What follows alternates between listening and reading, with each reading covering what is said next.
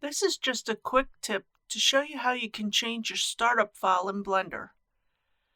I'll be showing you how I've changed the Blender options for my default startup file, but feel free to make any changes that are good for your workflow. The reason for changing the startup file is to make your individual workflow easier and more productive for yourself. One of the first things I did when changing my startup file options is to open the Properties panel, and under the View tab, check Lock Camera to View.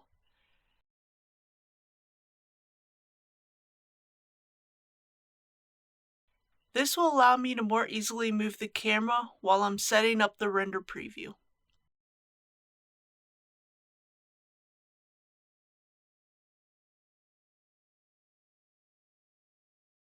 I close the timeline to allow for more space to work in while using the viewport.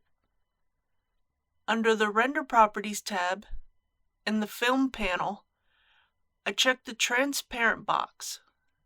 This allows me to have a transparent background for my renders.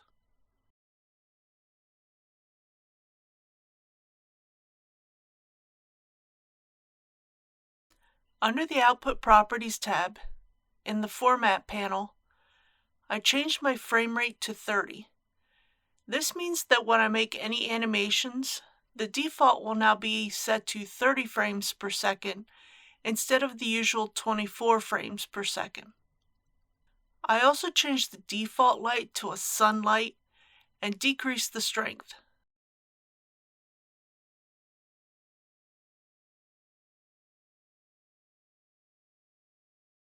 Placing it in the backlight position.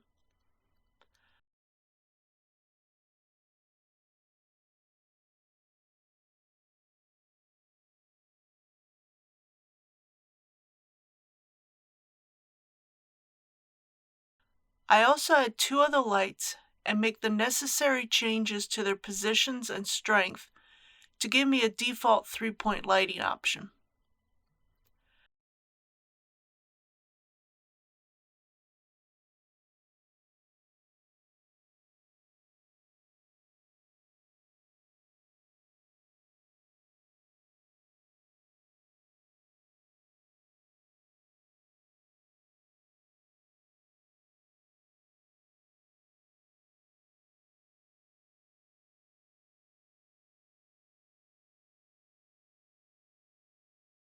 I also move the camera and lights to their own collection and turn off the visibility.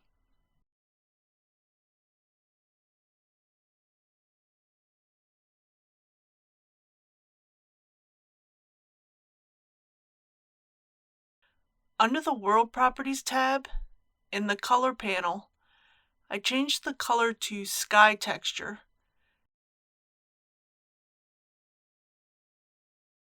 and used the Hosek Wilkie option. This will assist in lighting the scene.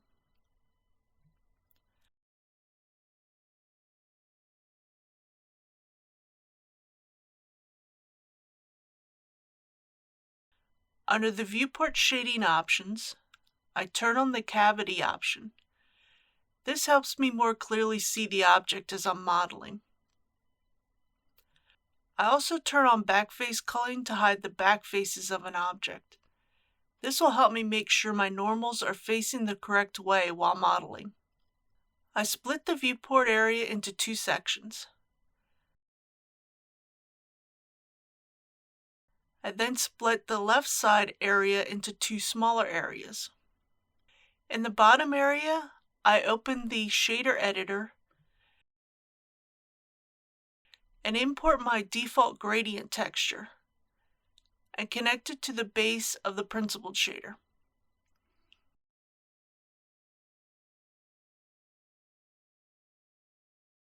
I also import the emission texture, but I don't connect it to the principled shader unless I need it for a particular project. Adding these palettes will allow me to have an automatic material applied to my objects. These palettes are available from Invensia. The link is in the description. In the top section, I open the UV editor and then open the gradient texture.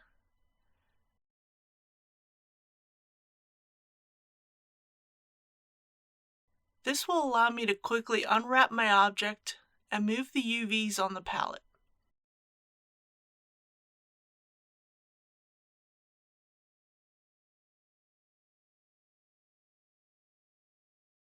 After I'm done making the changes to Blender, I can simply go to File, Defaults, Save Startup Files, Save Startup File. The next time you open Blender, you'll be presented with your new startup file.